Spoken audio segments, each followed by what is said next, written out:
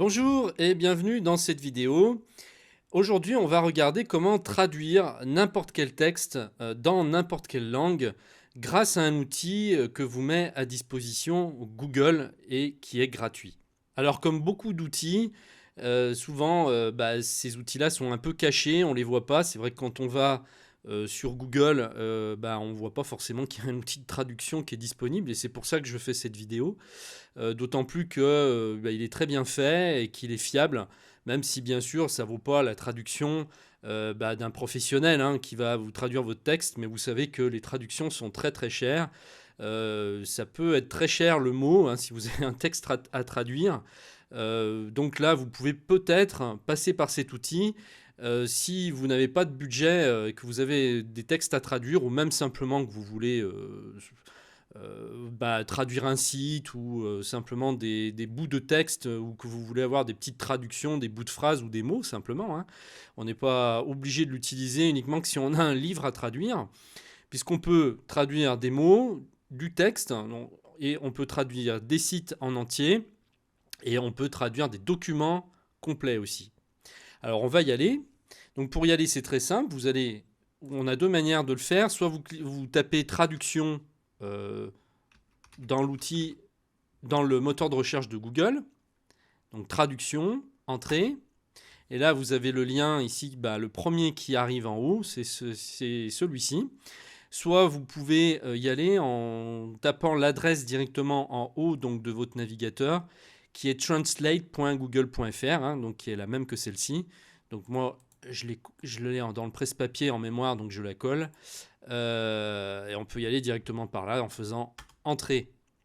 Voilà. Ensuite, moi, ce que je vous conseille, c'est de l'ajouter à vos favoris si c'est un outil que vous utilisez souvent, comme je l'ai fait moi en haut dans ma barre où j'ai tous mes favoris ici pour pouvoir accéder facilement au site ou au service.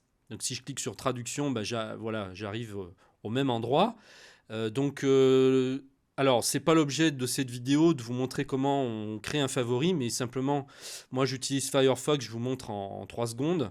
Donc je sélectionne ici l'adresse du site. Et je vais tirer en laissant mon doigt appuyé en faisant un clic gauche sur ma souris, en laissant mon doigt appuyé, je tire l'adresse et je la positionne ensuite à l'endroit où je veux mettre mon raccourci. Donc je vais me mettre là par exemple.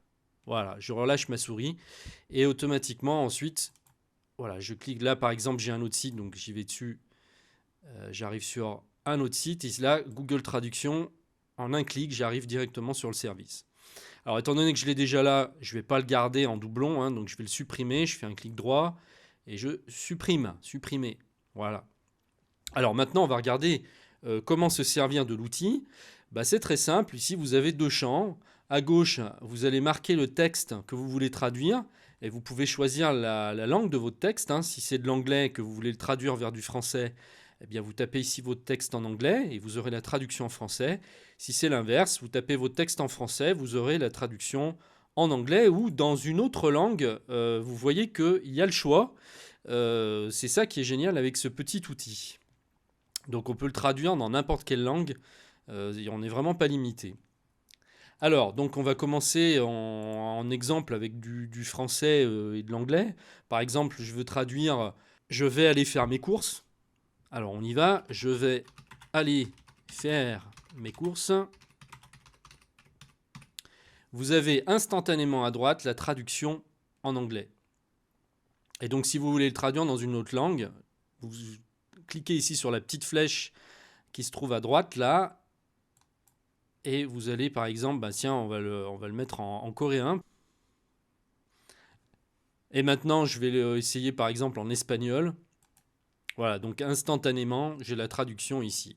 Ensuite, quelque chose qui est intéressant, qui peut être assez marrant en même temps, c'est qu'on peut l'avoir en phonétique, on peut écouter carrément ce qu'on affiche. Donc là, si je clique sur écouter, je vais avoir la lecture de mon texte automatiquement.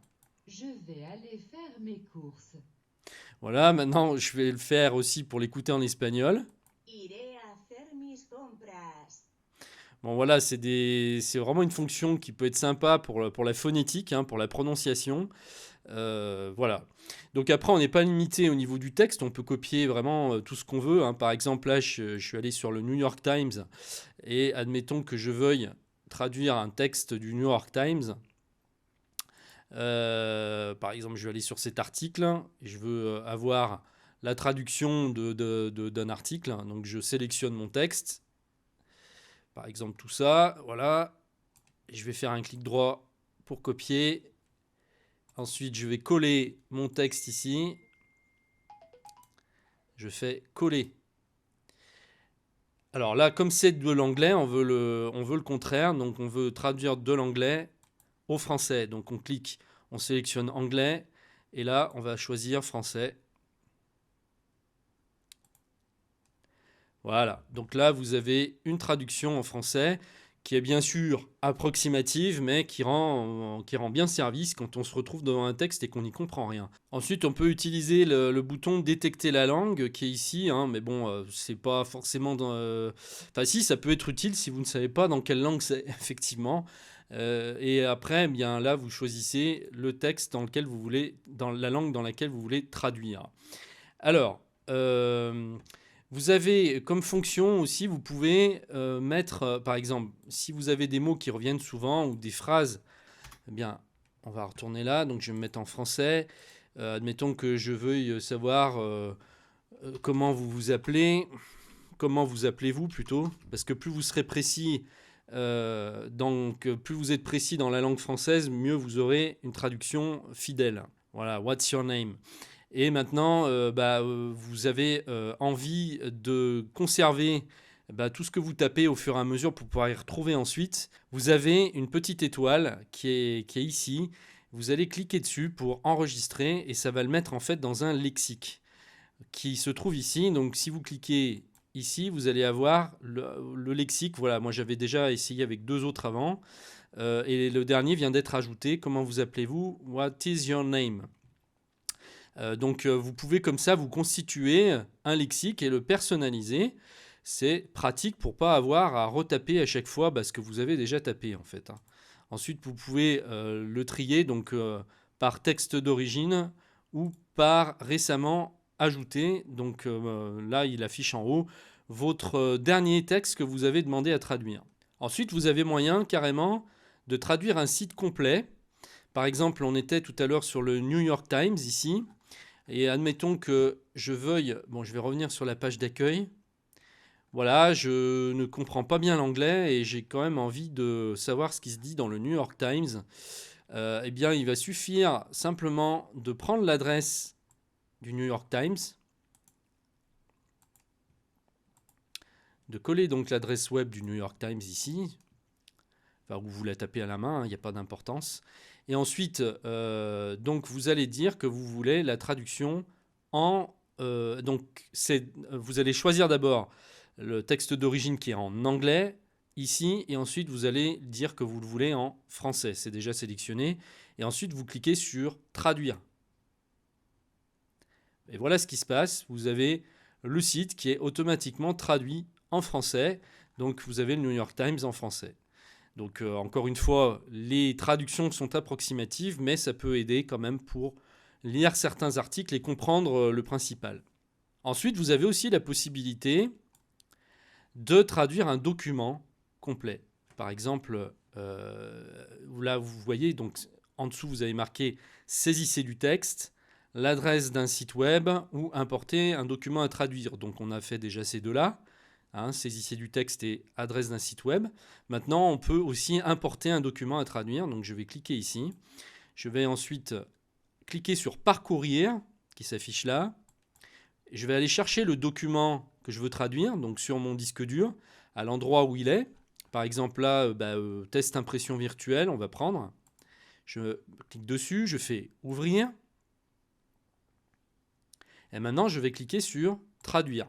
Donc mon texte était en français d'origine et là je l'ai traduit en anglais. Voilà, donc là il m'a carrément traduit le document complet. Donc si vous avez un document qui fait 10 pages ou 20 pages ou 30 pages, eh bien il n'y a aucune limite. Vous allez pouvoir comme ça traduire tout ce que vous voulez. Donc après, si vous voulez avoir une traduction fidèle, il va falloir corriger manuellement vous-même. Si c'est juste pour de la compréhension globale, ça va suffire.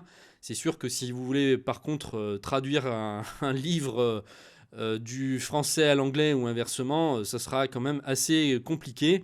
Donc moi je vous conseille déjà de faire une première traduction avec ça et peut-être après de passer par un professionnel. Mais en tout cas, voilà, l'outil de traduction de Google est bien pratique pour toutes sortes de choses qu'on fait au quotidien. Dès qu'on a besoin de traduire même quelques phrases ou un mot, c'est vraiment très intéressant. Voilà, et bien écoutez, j'espère que vous pourrez faire de nombreuses traductions dorénavant. Quant à moi, je vous retrouve dans une prochaine vidéo. Je vous dis à très bientôt. Merci.